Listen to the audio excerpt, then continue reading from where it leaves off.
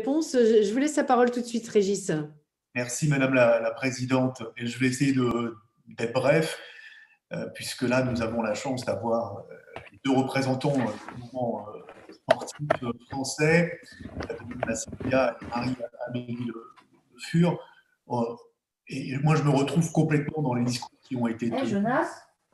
Aujourd'hui, l'activité sportive, c'est bien plus que simplement la question de l'épanouissement, de la question de la santé physique, la santé psychique. On l'a abordé dans nos éditions. Aujourd'hui, le coup d'arrêt qui est sans précédent pour le sport amateur, pour la vie associative dans notre pays, c'est une perte très importante, substantielle, de relations humaines et de vie sociale. Et on n'a pas fini d'en mesurer les conséquences dans la durée. Alors oui, le risque, je le répète, c'est de sous-estimer ce qui est en train de se passer dans le pays. Malheureusement, les moyens financiers qui sont mis en face de cette crise que traverse notamment le sport amateur sont nettement insuffisants. Et j'ai envie de dire, quelque part, on a beaucoup entendu Tony Parker ces derniers jours se faire le porte-parole du sport français. À la limite, au lieu de s'adresser à Jean-Michel Blanquer ou à Roxana, la ministre des Sports déléguée, il ferait mieux de s'adresser très directement à Bercy, parce que le problème, il est là. Et qu'on n'est pas pris au sérieux dans nos discours. Et quand on a interrogé Jean-Michel Blanquer il y a quelques jours sur la question du sport à l'école, parce que là, pour le coup, dans le décret gouvernemental, dans les publics prioritaires qui restent malheureusement très faibles aujourd'hui au niveau de la pratique sportive, il y a bien les scolaires, il y a bien le périscolaire, il y a les personnes en situation de handicap, il y a les malades chroniques, les activités physiques adaptées, et quelque part, Denis, si je comprends moi l'idée qu'il fallait baisser les interactions sociales dans cette période, par rapport à la première période où on a fermé les écoles. Là, on les garde ouvertes.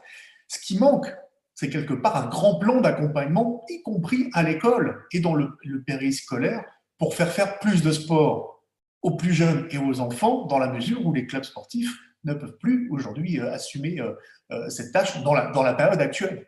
C'est ça qui manque quelque part. Et donc, je pense qu'il ne faut vraiment pas sous-estimer et relativiser ce qui est en train de se passer dans le pays. Moi, quand j'ai entendu les discours avant l'été me disant « mais les clubs amateurs font des économies », je dis « mais là, vous êtes très très loin de la réalité de ce qui est en train de se passer dans le pays ». Et y compris pour les fédérations, si on fait juste une petite multiplication, Denis, 3 millions ou 4 millions de licenciés en moins, j'espère que ça sera le moins possible, on n'a pas encore les chiffres définitifs, vous multipliez par la part fédérale de votre cotisation de licenciés, 40 €, on est à 150 millions d'euros déjà de pertes uniquement pour les fédérations. Les fédérations, elles ne sont pas toutes riches comme le football, le rugby, le tennis. Même le basket, Jean-Pierre Sutal nous disait cette semaine qu'il avait mis 2 millions d'euros, dont 1 million au club, à disposition dans son fonds de solidarité. 300 000 seulement avaient été consommés parce qu'il n'y a pas aujourd'hui connaissance de ces dispositifs. Il a raison, Denis, de dire que les dispositifs d'aide ne sont pas connus. Mais il faut qu'ils soient à la hauteur. Et le fonds d'urgence, il ne peut pas être à 15 millions, puis à 30, puis à 50 millions d'euros pour l'ensemble de notre pays. Il faut qu'il soit à des montants au moins de 150, 200 millions d'euros. Et ça nécessite véritablement des décisions. Pareil pour le mécénat sportif. Et je finis sur le pass sport. Oui, il nous faut un chèque sport, c'est-à-dire une mesure d'accompagnement de la reprise d'activité physique quand elle sera possible. Bien évidemment, il y a encore beaucoup d'incertitudes. On ne sait pas si on n'aura pas une troisième vague en janvier-février, peut-être une quatrième vague au printemps. Il faut attendre que le vaccin puisse être diffusé massivement. Beaucoup d'incertitudes et de points d'interrogation.